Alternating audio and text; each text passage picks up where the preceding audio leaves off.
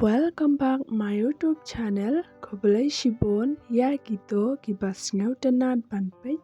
Kum kine ki jing hikai. Kane ka jing hikai ngawan ra shipi. Arpeu teli kidak kishin. Kibapan I ba kibriu. Kim sngaw tanad shu yapi. Adap hiyo sngaw jing mentoy na kane ka video. And I'm glad and share, like and subscribe. When you realize no one ever asks you questions about yourself, kasi haba pi lasngel to don show mano ban kali jingkali shapang jong pi.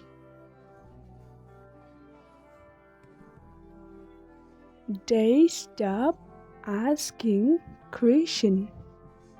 Kasi kim cho kali jing kali shu yapi. They excuse all the time. Kasi ki ai daw man kapor.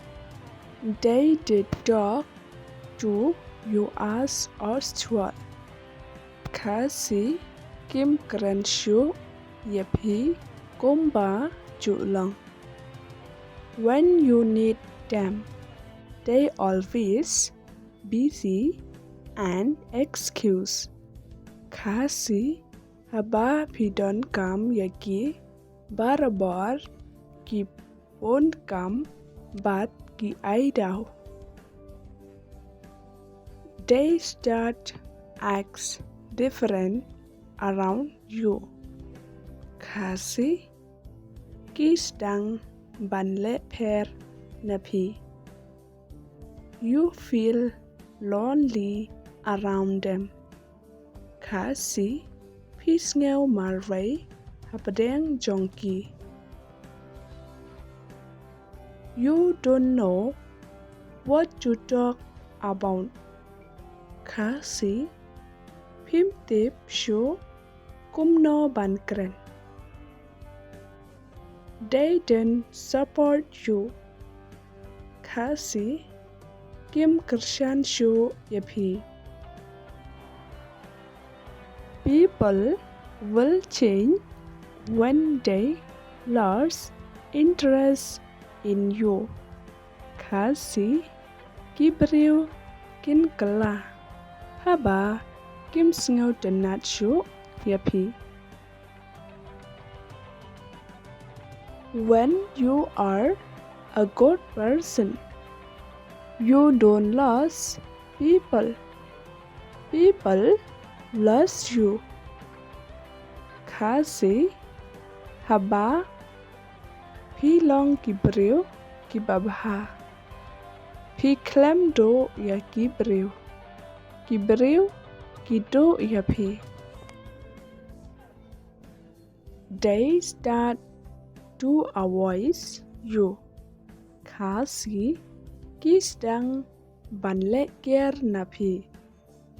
People don't change, they either lose interest in you or they get someone who is more interesting than you. Kasi kibriu kim chu kala kim sngaw tanan yapi. Lane kiyo ya uno ne kano kiba kam sngaw tanan ban yap. Try to hide what you really feel. Kasi persyang ban bore ya ka ba pi sngaw. Never blame a day in your life. Kasi what you kno ya kisngi ha ka jing im jong pi. Good days give you happiness. Bad days give you experience. Kasi kisngi ki babha ki ai yapi ka jing kemen, ki sngi ki basniu, ki ai yapi, ka jing tip, bat, ka jing shampang. Both are essential in life. All are God blessing. Khasi baro ar ngi dan kam ha ka jing im. Baro ka day ka jing kurku jong ublay.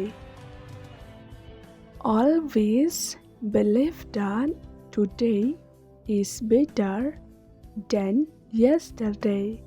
Khasi barabor tongai ba manta ka khambha ban yakaba menin. And tomorrow will be much better than today. Khasi bat kabalashai kan khambha shu shu ban yakaba menta kasngi. Don't lose hope. You never know what tomorrow will bring. Khasi watu jengkermen pin tip ka ai kabalashai kan wanra. Believe in yourself. Khasi ngek halade. Thank you for watching.